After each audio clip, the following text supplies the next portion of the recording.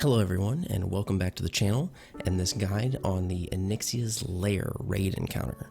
It's a pretty straightforward raid encounter, but there has been some new information uncovered in the last week or so on the Warrior Fight Club Discord that is especially important moving into the Phase 3 of the encounter, and I wanted to just go ahead and cover the entirety of the raid.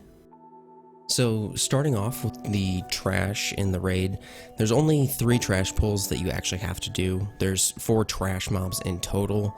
The 4th one you can just go ahead and skip, though there's no reason to kill it. The 4 trash mobs, they're all Onyxian warders, and they have one ability. It's a Fire Nova. To deal with this, all you do is have your main tank go get aggro on the trash mobs and have ranged just nuke them down from afar. The Fire Nova will almost certainly kill any melee DPS you have go in on them, so melee just stands back and lets the ranged deal with all 3 of the trash mobs. So after you've dealt with all 3 of the trash mobs, you'll finally reach Onyxia, which is pretty quick. Probably will only take you 5 or 10 minutes. In Phase 1, there are going to be 3 abilities that you need to watch out for. These are going to be Tail Sweep, Wing Buffet, and Flame Breath. All 3 of these abilities are going to be cones of damage, either in front of or behind Onyxia. Tail Sweep being behind, and Wing Buffet and Flame Breath being in front of Onyxia. Tail Sweep is the most dangerous for the raid as a whole.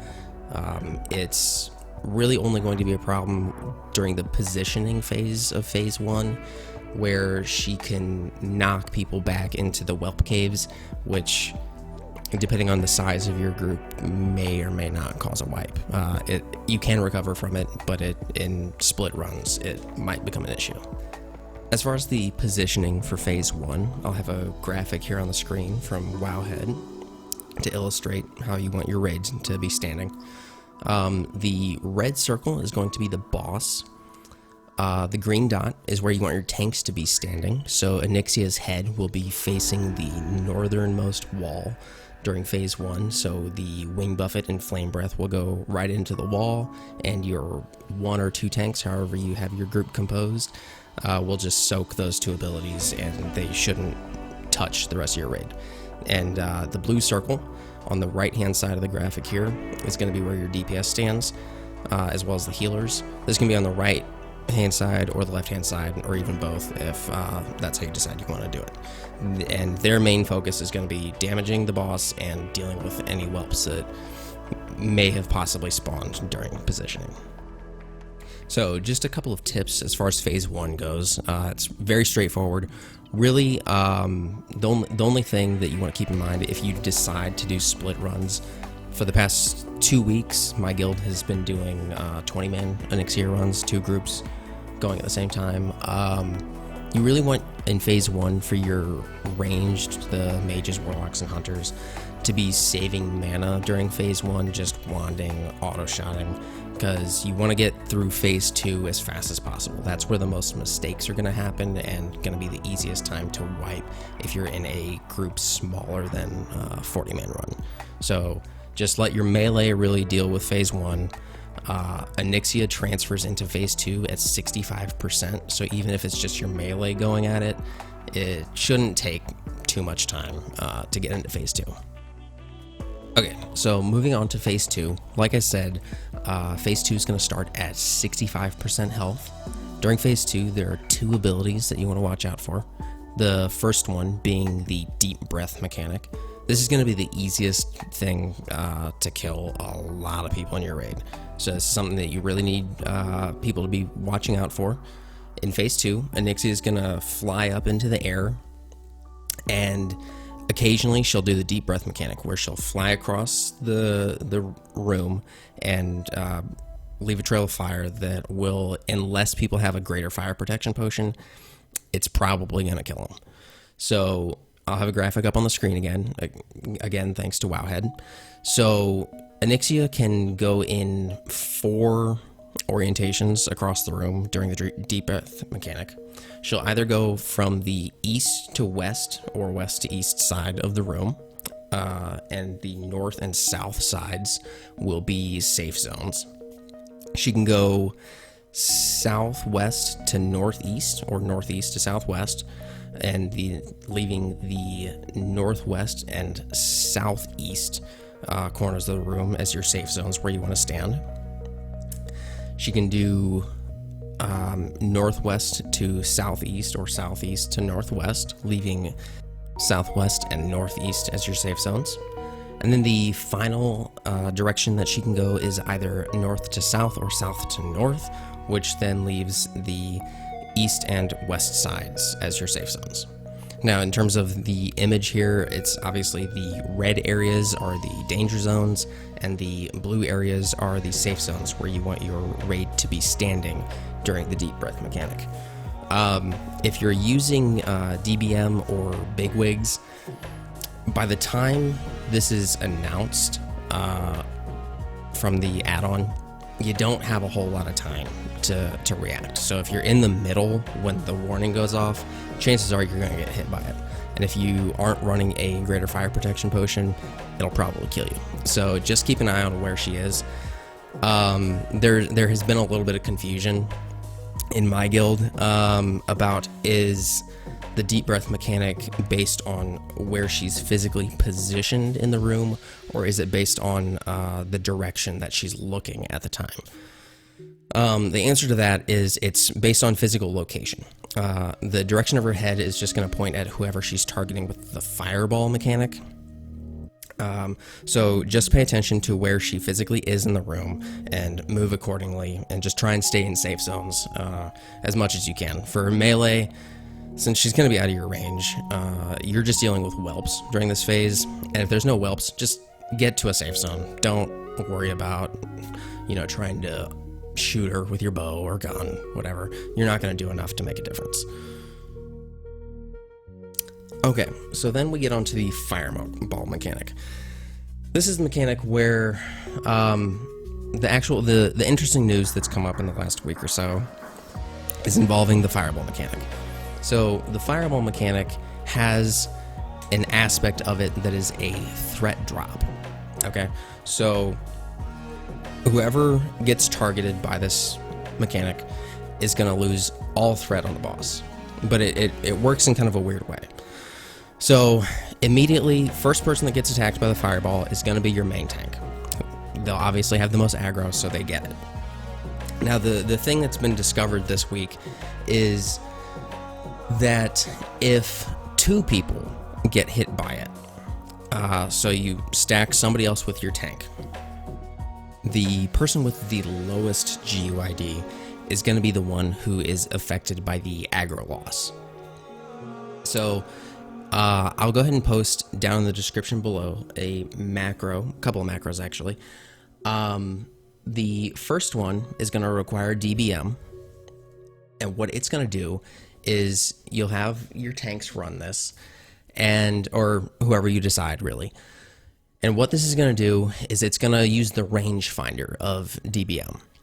And it's going to, if you are the character within an 8-yard radius that has the lowest GUID, it's going to turn red. Okay? And then if you are in an 8-yard radius of someone else and you have a higher GUID, it'll be green. So you want your main tank to have a green circle with using this macro. Okay, the second one is going to be a macro that is simply all it's going to do. You want your main tank to run this, and it's going to search the GUIDs of everyone in your raid group, and it will list candidates that are going to be good to stack with. So it's going to list people with a lower GUID than the tank. Now, just for some clarification as far as what a GUID is a number that is designated to every character in the game, whether it's an NPC or a player character. It's unique to that character and is generated for player characters on character creation. So a lower GUID is a newer character.